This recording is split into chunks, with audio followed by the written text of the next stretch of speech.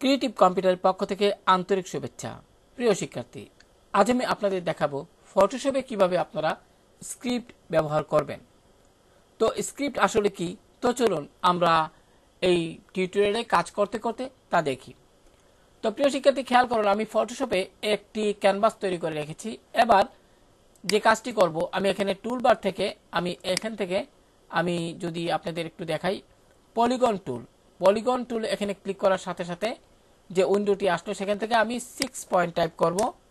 Type করে আমি gear আইকনটিতে click করার পর যদি আপনারা দেখেন আপনার কম্পিউটারে এখানে দুইটা চেকবক্স সিলেক্ট অবস্থায় রয়েছে, আপনারা সেগুলো চেকবক্সকে আনচেক করে দিবেন।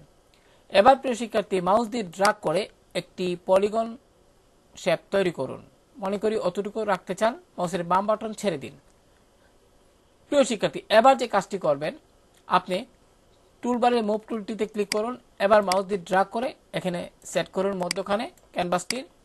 এবার এটিকে সুন্দরভাবে সেট করার জন্য কিবোর্ড থেকে কন্ট্রোল কি চেপে টি চাপুন, ফলে সিলেক্ট হলো। এবার আমি মাউস দিয়ে ড্র্যাগ করে এটিকে এরকমভাবে সেট করে নিলাম।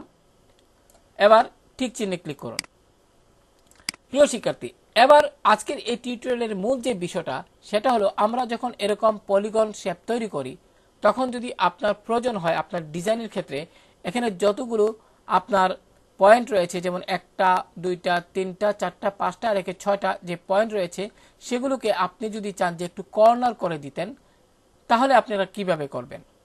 মূলত ফটোশপে আমরা যে কোনো অর্থাৎ পলিগন শেপ নিয়ে কিন্তু আমরা যে কোনো কর্নার তৈরি করতে পারি না, কিন্তু আমরা যদি এখান থেকে অন্য যে কোনো শেপ নেই, তাহলে কিন্তু আমরা কর্নার তৈরি করতে পারবো খুব সহজেই।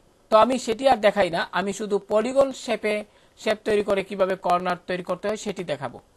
যাই হোক প্রিয় শিক্ষার্থী, এবার এই লেয়ারটি অর্থাৎ এখানে আপনার যে পলিগন যে শেপটি রয়েছে এটি সিলেক্ট থাকা অবস্থায়, তো যে কাজটি করবেন সেটি হলো আপনারা ইন্টারনেট থেকে কর্নার এডিটর নামে একটি স্ক্রিপ্ট ডাউনলোড করে নেবেন। তো সেটি ডাউনলোড করার পর আপনি আপনার কম্পিউটারে ডেস্কটপে রেখে দিবেন। যেমন আমি আমার এই কর্নার এডিটর স্ক্রিপ্টটি ডাউনলোড করে আমি আমার কম্পিউটার ডেস্কটপে রেখেছি।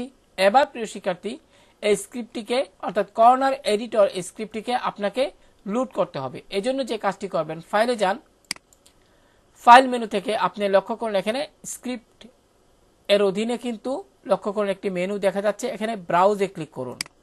তো প্রিয় শিক্ষার্থী, যেহেতু আমি এটি ডেস্কটপে রেখেছি তাই এখান থেকে ডেস্কটপে ক্লিক করলাম। ডেস্কটপ সিলেক্ট করার পর আমি একটু ড্র্যাগ করে নিচের দিকে আসি। লক্ষ্য করুন আমার ডাউনলোড করা কর্নার এডিটর এই যে ফাইলটি দেখা যাচ্ছে। এবার লোডে ক্লিক করুন। প্রিয় শিক্ষার্থী, এবার যে উইন্ডোটি আসলো সেক্ষেত্রে লক্ষ্য করুন রেডিয়াস প্যাটার্ন, এখানে কিন্তু কার্সর দেখা যাচ্ছে, আপনারা এখানে 75 দিন। এবার রাউন্ডে ক্লিক করুন। প্রিয় শিক্ষার্থী, খেয়াল করুন এখানে কিন্তু কত সুন্দরভাবে কিন্তু এখানে রাউন্ড হয়ে গেল। আপনারা কি এটি জানতেন? আশা করি আজকে নতুন দেখছেন। প্রিয় শিক্ষার্থী, এবার ক্লোজে ক্লিক করুন। এবার যদি আপনি চান যে পুনরায় এটিকে আগের অবস্থানে নিয়ে যেতে, তাহলে পুনরায় আপনি যে কাজটি করবেন, ফাইল মেনুতে যান। এবার স্ক্রিপ্টের অধীনে, প্রিয় শিক্ষার্থী লক্ষ্য করুন স্ক্রিপ্টের অধীনে পুনরায় ব্রাউজে ক্লিক করে ডেস্কটপে থাকা সেই কর্নার এডিটর ফাইলটি দেখিয়ে দিন ডেস্কটপ। এবং আমি যদি একটু নিচের দিকে আসি, এটি সিলেক্ট করে আপনি লোডে ক্লিক করুন। এবার পুনরায় এখানে 0 টাইপ করুন এই বক্সটিতে। এবার রাউন্ডে পুনরায় যদি আপনি ক্লিক করেন, লক্ষ্য করুন সেটি আবার আগের অবস্থায় ফিরে এসেছে। এবার ক্লোজে ক্লিক করুন। তো আশা করি প্রিয় শিক্ষার্থী আজকের এই টিউটোরিয়ালটি আপনাদের খুবই সহায়ক হবে যারা ডিজাইনের কাজ করেন। আমি ভিডিও ডেসক্রিপশনে এই কর্নার এডিটর স্ক্রিপ্টটি আমি দিয়ে দেব, আপনারা সেখান থেকে ডাউনলোড করে নিয়ে ব্যবহার করবেন। তো ভালো থাকুন সবাই, আল্লাহ হাফেজ।